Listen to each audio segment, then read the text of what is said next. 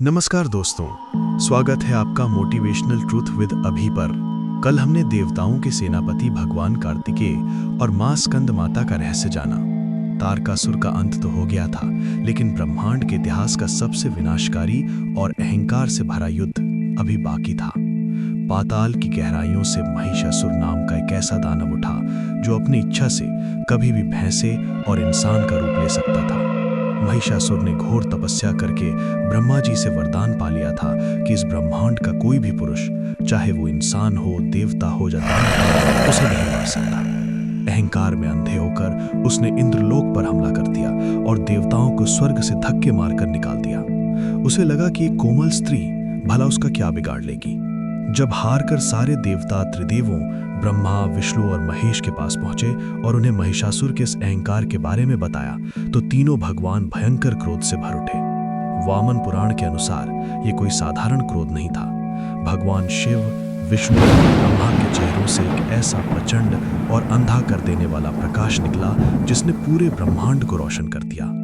बाकी सभी देवताओं के शरीरों से भी उनकी शक्तियां एक प्रकाश पुंज के रूप में निकलीं और एक ही जगह पर जाकर मिल गईं। ये ऊर्जा इतनी गर्म और शक्तिशाली थी कि इसे कोई साधारण जगह नहीं संभाल सकती थी। ये महाऊर्जा सीधे महर्षि कात्यायन के आश्रम में जाकर प्रकट हुई।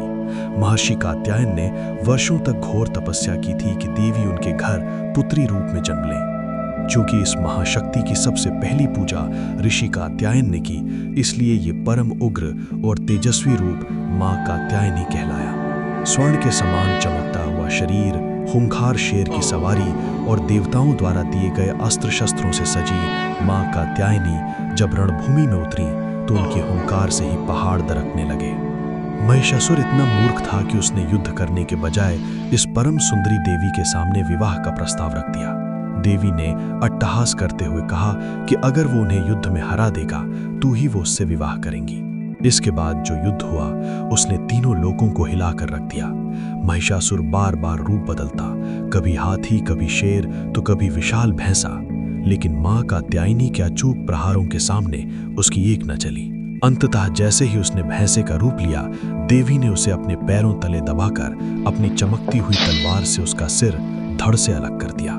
इसी दिन से पूरे ब्रह्मांड ने उन्हें महिषासुर मर्दिनी के नाम से पुकारा। स्पिरिचुअल साइंस में ये रूप हमारे आज्ञा चक्र यानी थर्ड आई को जागृत करता है और सिखाता है कि क्रोध हमेशा बुरा नहीं होता। जब धर्म और सच्चाई की रक्षा के लिए क्रोध को सही दिशा में चैनल किया जाए तो वो सबसे बड़ी ताकत बन जाता है। लेकिन दोस्तों, जरा अपनी सांसें थाम लीजिए, क्योंकि कहानी का सबसे डरावना, सबसे खौफनाक और खून जवा देने वाला हिस्सा तो अब शुरू होने वाला है।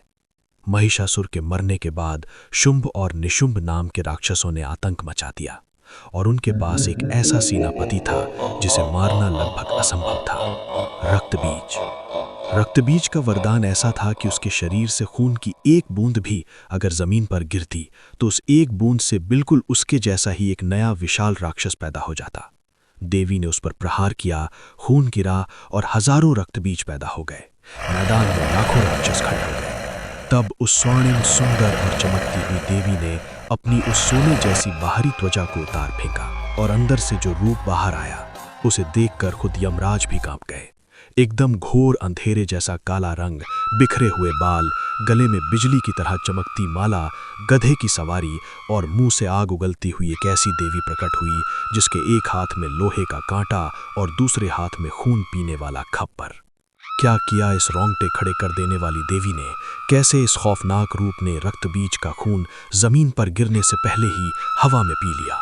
और इस परम भयंकर रूप के पीछे का असली और सबसे गहरा आध्यात्मिक रहस्य क्या है, ये दिल दहला देने वाला एपिसोड आएगा कल, नवरात्रि के 7वें दिन। अगर आप उस अल्टीमेट डार्क एनर्जी यानी मां काल रात्रि का असली रूप जानना चाहते हैं तो अभी मोटिवेशनल ट्रूथ विद अभी को सब्सक्राइब कर लें और कमेंट में जय महिषासुर मर्दिनी जरूर लिखें। मिलते हैं कल एक ऐसे रहस्य के साथ जो आपकी रातों की नींद उड़ा देगा।